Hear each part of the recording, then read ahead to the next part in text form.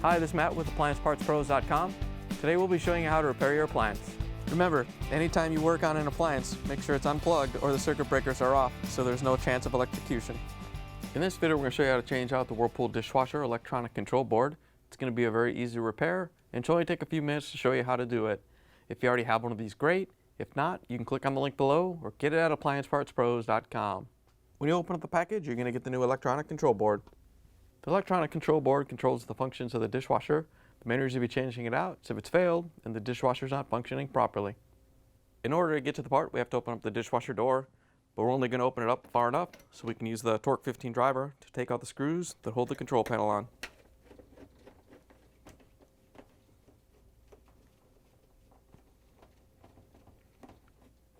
As you're taking the last screw out, you want to make sure you hold on to the control panel. Once you have the screws out, you can close the door a little bit and then pull the control panel down. Once you have it all the way free, we're going to set it on the top of the door panel and hold it. Then we have to take this cover off. There's 4 arrows where the locking tabs are. We're going to use a small flathead screwdriver to help release the locking tabs. Once you have the tab released, we're going to pull up on the cover so the tab doesn't relock. Then we can go release the other ones.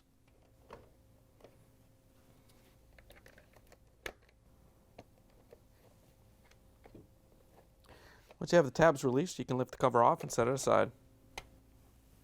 Now that we have the cover off, we can take the latch off the control panel. There's a locking tab on each side. You can use a small flathead screwdriver to reach down and lift up on it to unlock it.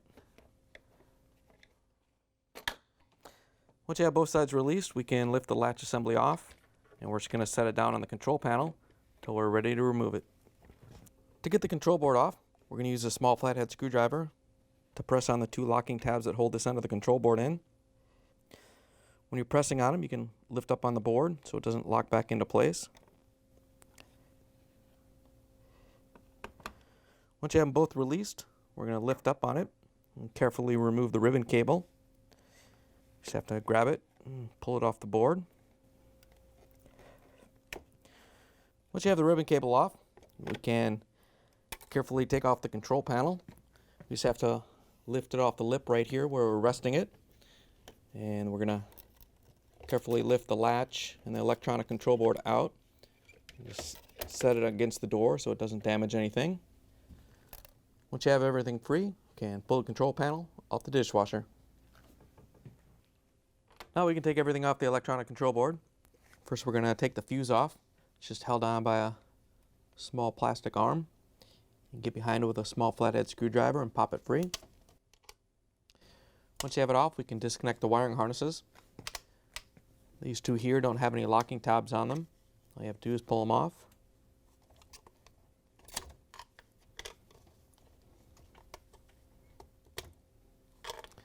Then the yellow and the brown wiring harnesses have small locking tabs on them. To press on them with a small flathead screwdriver to release them.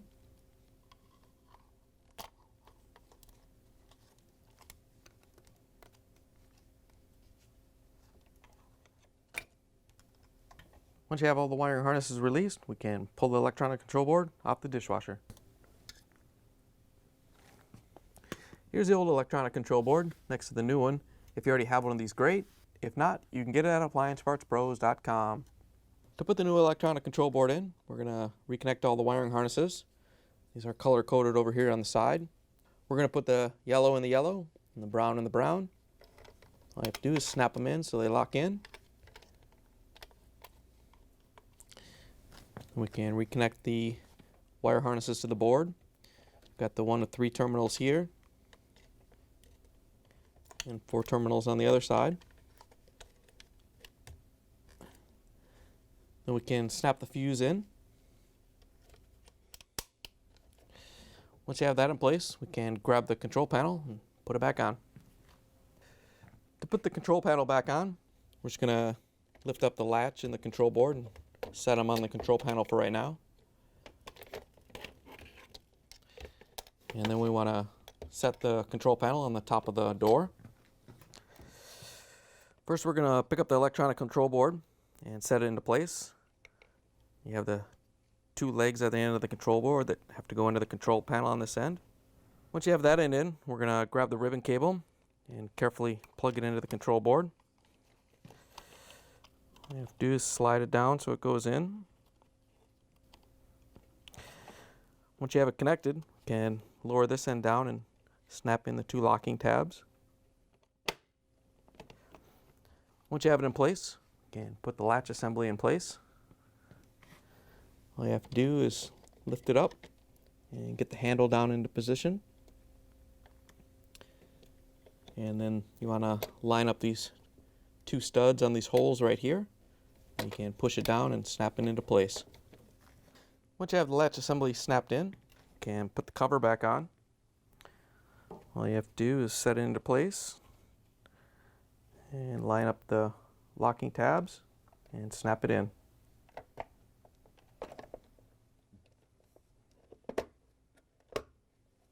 Once you have it snapped in place, we can lift the control panel up and then open up the door a little bit.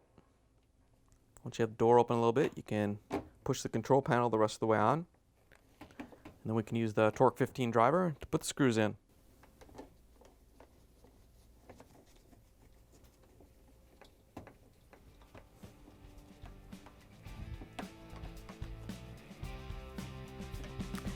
Once you have all the screws in, you can close the dishwasher door, plug it back in, and take it for a spin.